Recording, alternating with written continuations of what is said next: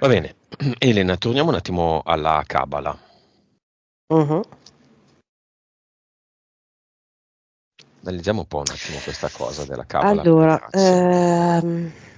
la prima cosa che mi viene, che mi è apparsa è proprio come se facessimo uno zoom su questo disco e c'è lo zoom che va ad inquadrare un simbolo in particolare, che è un cerchio con un triangolo sopra.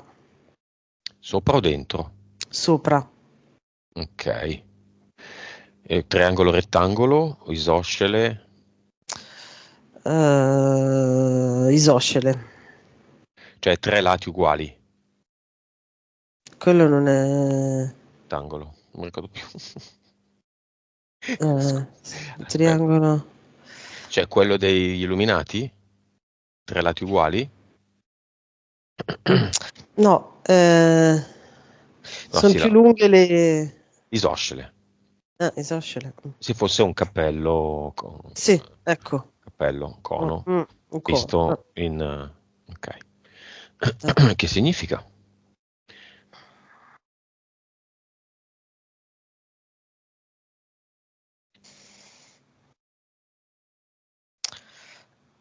Significa racchiudere l'energia per portarla su. Ehm, c'è il cerchio che racchiude l'energia e quindi poi dal cilindro, cioè dal triangolo che potrebbe avere una base cilindrica, cioè scusa, rotonda, questa energia viene incanalata su. Quindi ti potrei dire in maniera neutra è questo, quindi per lei potrebbe essere ehm, imparare a centrarsi, quindi concentrare la sua energia ehm, alzando le vibrazioni in maniera tale da poter collegarsi con la sorgente, tra virgolette, no? Diciamo un allenamento in quel senso per poter utilizzare di più le sue capacità medianiche. mm? Però è anche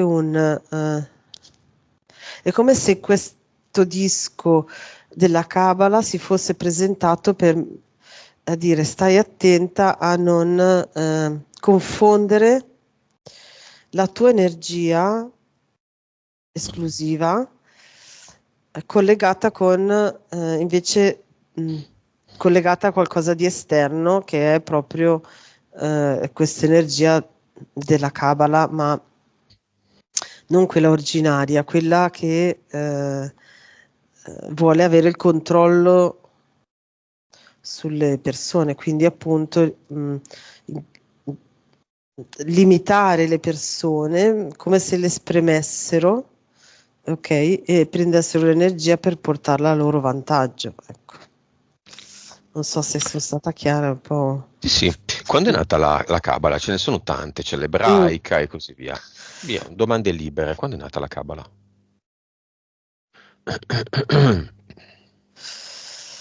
Allora, mi viene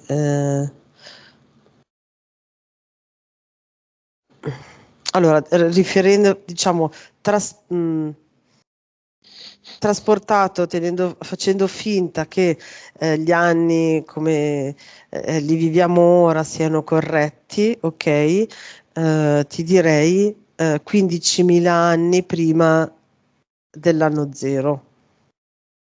Dove?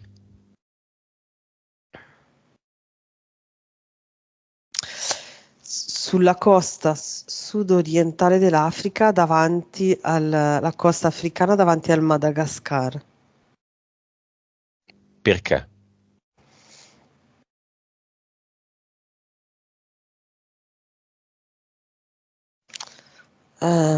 Vedo come se ci fosse stato un evento dove un raggio di luce molto intenso e fitto dal cielo è arrivato in quel punto lì, ok, e un essere umano che era lì in quel momento ha ricevuto delle capacità e informazioni dall'alto e ha iniziato a Tradurle. Ma da chi tradurle arrivano? e inserirle Da dove arrivano questi queste simboli. informazioni?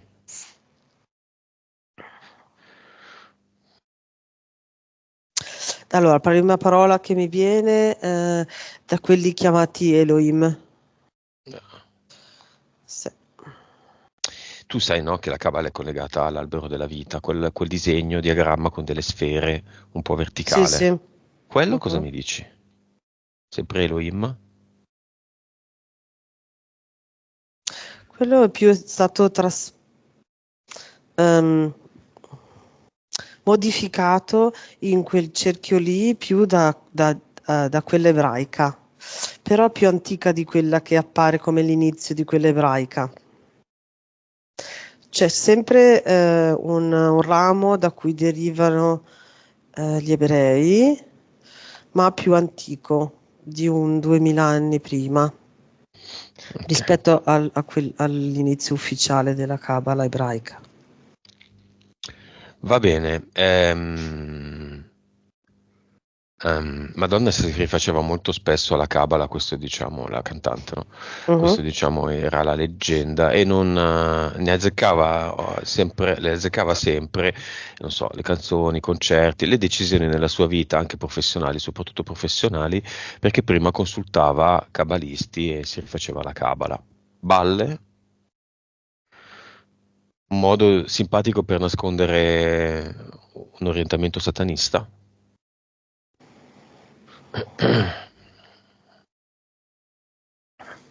Ma non sempre sono separati Kabbalah e satanismo, ecco, questo mi viene da dire. Ehm, diciamo che in un certo senso, veramente utilizzando quei simboli in maniera neutra e centrata, si può canalizzare l'energia in una direzione piuttosto che in un'altra, in maniera pura se è utilizzato per sé, per noi stessi, no? Ma poi comunque, diciamo nella storia e nel passaggio dei vari secoli è stato invece utilizzato per agganciarci proprio a livello energetico, eh, tutto una manipolazione, di potere sui popoli, no? Quindi, mh, come lo utilizza? Ancora secondo me Madonna è proprio a manipolare anche addirittura il pubblico, non so, è come se tu entri in quella frequenza vieni quasi ipnotizzato per incanalare la tua energia a loro favore. Mm. Mm. Possiamo dire che i cerchi dell'albero della vita possono rappresentare i pianeti visti nella visione cupole, o no? Mm. È un'idea balzana.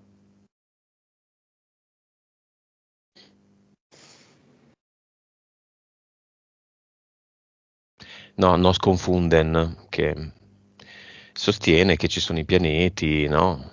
Mm. Anche abbastanza corrispondenti a quelli del sistema cosiddetto sistema solare a cui ci hanno abituato.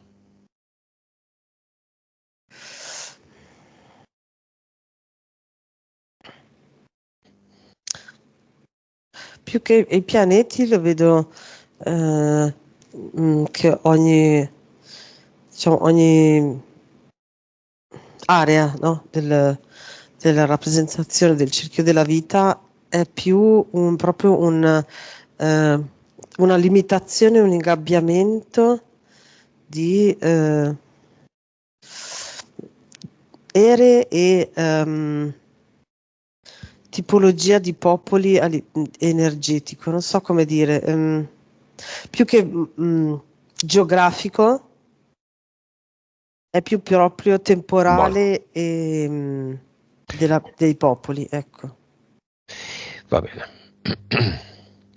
Vabbè, chiusa qui lunga parentesi, poi Mm. aggiungiamo. Comunque, nel caso di Grazia, il cerchio con sopra il triangolo isoscele, come Mm, mm, incanalare l'energia in alto. mm. Ok.